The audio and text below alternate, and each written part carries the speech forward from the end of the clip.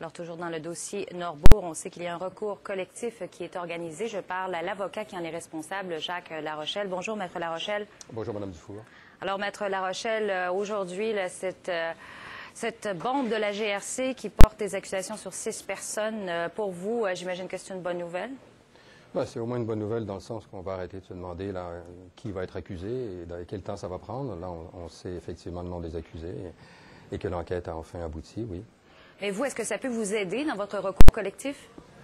Peut-être que oui. Ça va dépendre évidemment des éléments de preuve, mais comme vous le savez, l'enquête policière est confidentielle. Elle va être éventuellement communiquée aux avocats de la défense, mais encore là, ça ne m'aidera pas à ce stade-là. Mais lorsque le procès a lieu, si le procès criminel a lieu avant le mien, effectivement, si des éléments de preuve intéressants sont divulgués à ce moment-là, j'en aurai connaissance.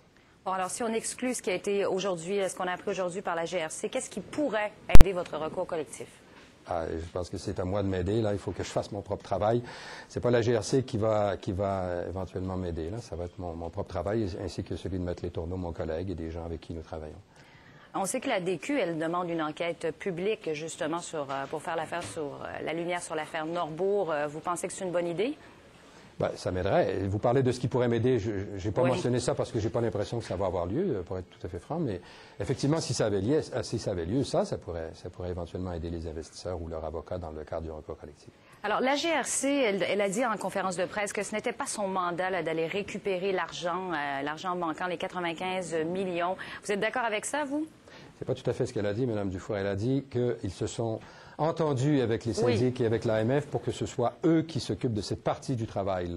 La GRC aurait pu s'y intéresser, s'en occuper, consacrer des efforts à cela, mais ce qu'elle a expliqué, c'est qu'elle a préféré se concentrer sur l'aspect criminel et confier la récupération à l'AMF et aux deux syndics.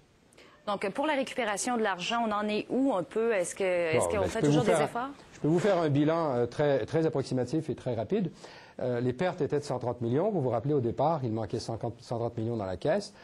Il y a quelques mois, l'AMF a payé 30 millions à certains des investisseurs, alors on tombe à 100.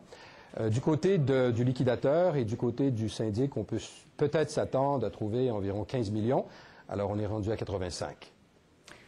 Et quelle est la prochaine étape pour vous dans votre recours? Une étape très importante le 30 juin, c'est que tous les défendeurs déposent leur défense. On va enfin savoir, après 1 an et demi, on va enfin savoir ce qu'ils ont à dire pour se défendre et pour expliquer pourquoi les sommes ont disparu sous leurs yeux.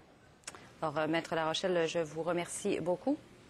Au revoir, à une prochaine fois. Merci. Au revoir. Au revoir.